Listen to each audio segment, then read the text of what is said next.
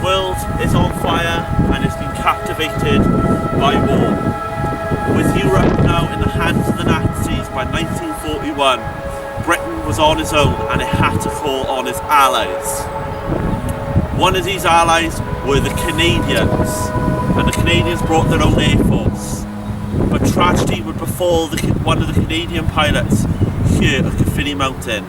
This is the story of Ivan Raymond Trafford and the Spitfire crash of November 1941.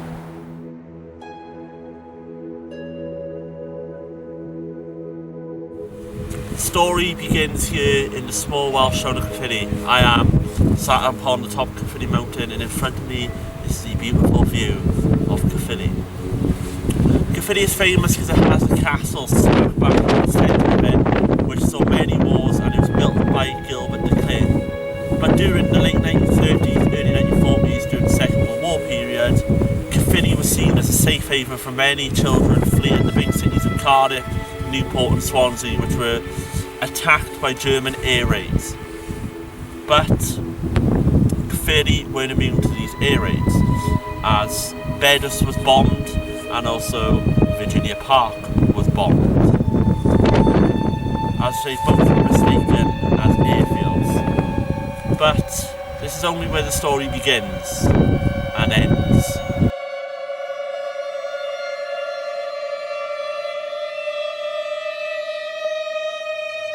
Ivan was born in East Centreville in New Brunswick, Canada, on the 11th of April 1921. His parents were farmers. He studied forestry engineering at the University of Brunswick. During his studies, he joined the Canadian Army in the Officer Training Corps, gaining qualifications to be second lieutenant in heavy artillery. But with war breaking out, he joined the Air Force in October 1940. Ivan was training to fly a Supermarine Spitfire, a single-seater fighter aircraft which was British made. Ivan weren't trained to fly really any of these aircrafts properly. He only had 19 minutes of flying one of these planes under his belt, but he has only 91 hours flying other aircrafts. So on the 15th of October, Ivan had a little scare ahead of a test, or landed from a test flight. Ivan damaged his Spitfire while trying to land at Llandau runways, and he was very lucky. It could have been a lot worse by all means, but Ivan wasn't phased, as you could tell by the letter he wrote home to his family not long after the incident. If I must pay the big price, it will be okay. I will be happy and feel heavily honoured to know that I, just 1/5 of the family, was the one chosen, and that I was ready and capable of paying the necessary price for the guarantee of the other 4/5 of the family's future, freedom and happiness. And sadly, come November, Ivan's fate would be sealed. The date was November the 7th, 1941. A cold day, but the weather was good. Ivan and his fellow pilots were preparing for a training flight which would only last an hour, flying in the Spitfires.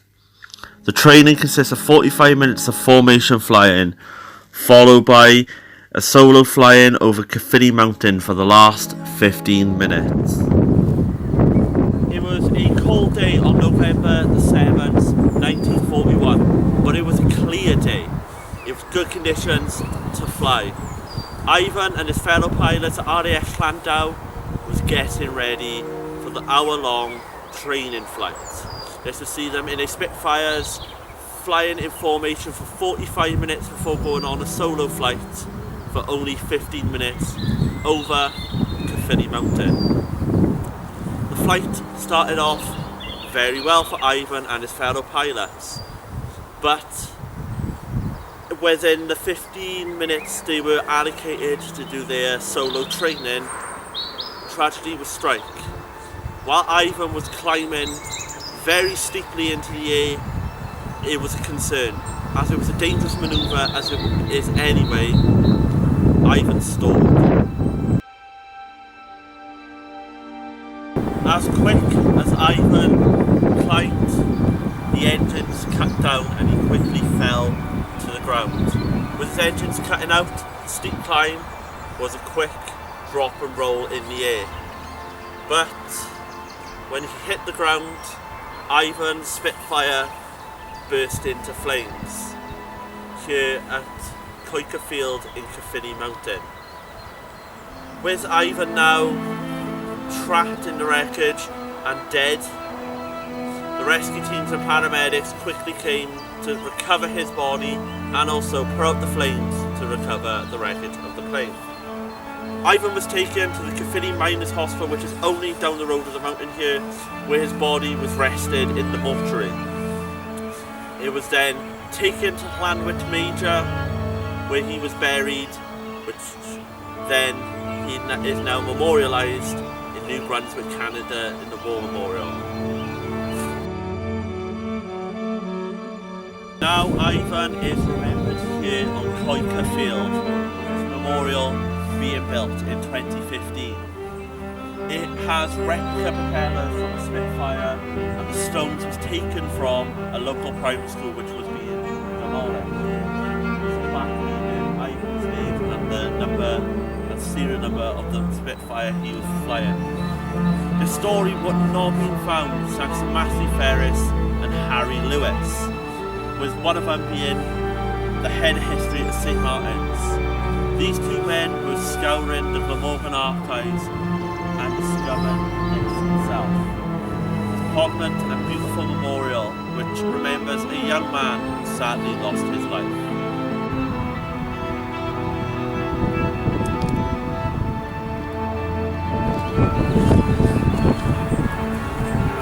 With Ivan's dream of peace and prosper being achieved in 1945, it was a shame to see after the crash you couldn't see the Germans surrender and the Japanese later on surrendering after the drop-ins of the nuclear bombs in Hiroshima and Nagasaki.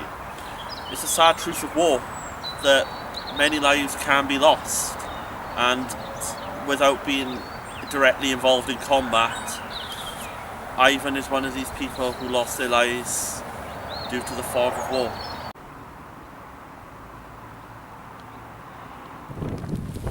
Thank you for watching today's short film on Ivan, Raymond Trafford and the Spitfire crash in Caerphilly. This will be one of many short films, so if you did enjoy it, please subscribe to the channel, give it a thumbs up and share it. And I'll see you in the next one.